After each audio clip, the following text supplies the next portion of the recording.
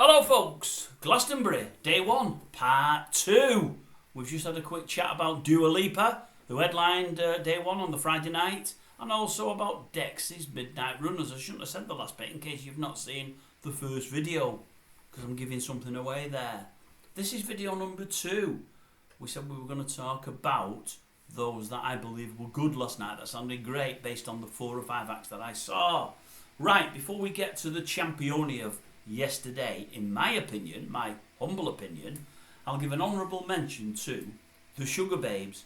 Don't really know them, but that said, when they start singing, I do know 3 or 4 of the songs. When I say I know them, don't know them well, but I've heard the songs before.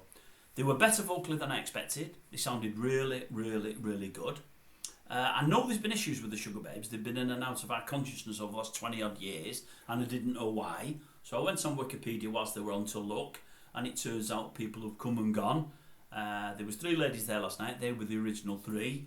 I think one of them, is she Irish by descent with the red hair? She left many years ago. She cited bullying from one of her fellow singers there. She's still in the band. Is it Miss Buchanan, I think? Anyway, further down the line, I think they got Heidi Range in. I think she'd been with them. She'd also been with Atomic Kitten. Then they got somebody else in. Then they got somebody else in. And people came and went and came and went and came and went. And about 4 or 5 years ago, the original Sugar Babes got back together and got the name back. I think they got together a bit before that, but didn't do much work. But I think in 2019 or something like that, they actually got the name back so they could perform as the Sugar Babes again. Anyway, they were much better than I thought. They were pretty good, there's no doubt about that. I did hear today that the stage that they were on, people were swarming it. It wasn't the main stage, and they had to close some gates or filter people in because there was that many in there. So they went down really well. I believe it's only the 2nd time on that stage they've had to do that. So that is great. Who was the best act of the day? Well, for me, the best act of the day may have, I'm not certain, been on the same stage and may have preceded them. The best act for me was on earlier in the day. And as I say, I think they may have been on the same stage. I'm not so sure. But I know the best act of the day for me started with not such a great size audience, and by the time they finished, it was much bigger. It had grown a lot. So that may have been the basis for the Sugar Babes audience. I may be wrong. Anyway, the best for me by a country mile was Paul. Is it Paul Heaton? I nearly called him Abbott. He used to perform with the Jackie Abbott, didn't he? Paul Heaton. Absolutely sensational. Now, I've sort of got skin in this game. When I say I've got skin in this game, I can't say I'm one of his fans, or never had been.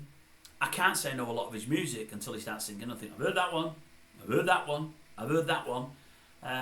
But the deal is, for me, I heard him singing live about 2 years ago on something and thought, oh my God, I know he's got a good voice, but oh my God, he's better than I thought he was. Then I heard him singing on something else. I think one was on Sky Arts, one was on a Chris Evans show, and one was on something else, and I thought, he's absolutely amazing. And then about 18 months ago, I read that he was doing that tour. I think he did a tour on the places of the UK that he toured when he first started out. Was it with the House Martins or whoever he was with? And what he's done, he put £1,000 or £2,000 behind about 50 bars throughout Great Britain. Places that he was touring at, the nearest bar to there, or a bar where folks say many of the fans would have gone. He said, right, well, here's £1,000 or two for my fans. When they come in before the concert, after the concert, I want them all to have a drink or two until the money's gone. And he did it throughout the country, and I thought, amazing.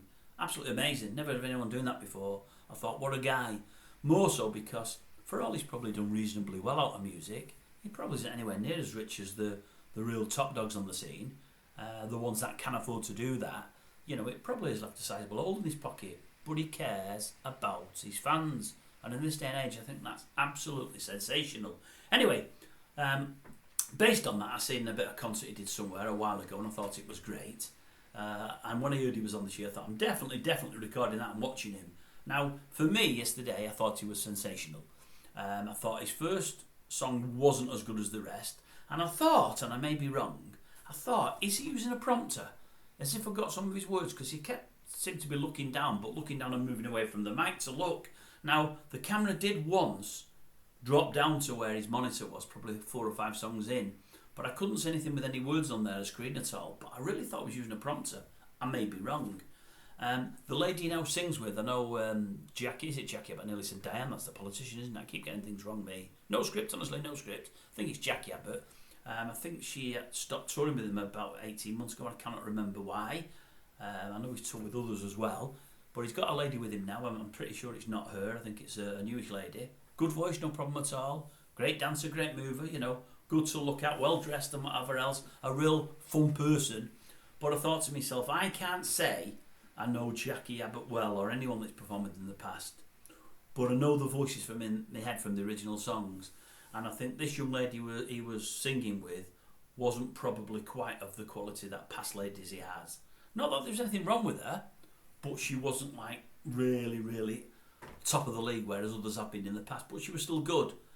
He, on the other hand, was absolutely perfect. I thought he was absolutely brilliant. I just thought he was great.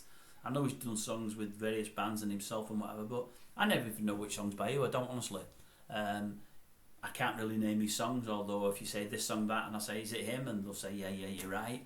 I can't say I know the words, but as they come on, I tend to know many of them. I don't know them all. But I just think to myself, what a brilliant singer. What a brilliant, brilliant voice. If you've not seen the earlier video, I've called somebody on an earlier video saying he should retire his crap. I would imagine Abbott's of about the same age or not much difference. Abbott's voice is great and almost probably as it always was. These other fellas that I discussed earlier is nowhere near what it used to be. But Paul Abbott's today, absolutely sensational. I'm expecting Shania Twain to be as good and possibly even to top him. I'm not expecting anybody else to do that in my eyes.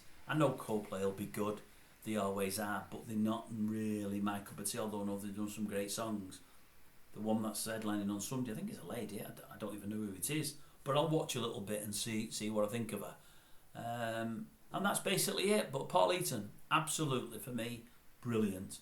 But I just like the person now. After what I read about him over the last sort of 18 months, I just like the guy and I wish nothing but good for him. Anyone that thinks of his fans and does for his fans what he's done deserves plaudits from me.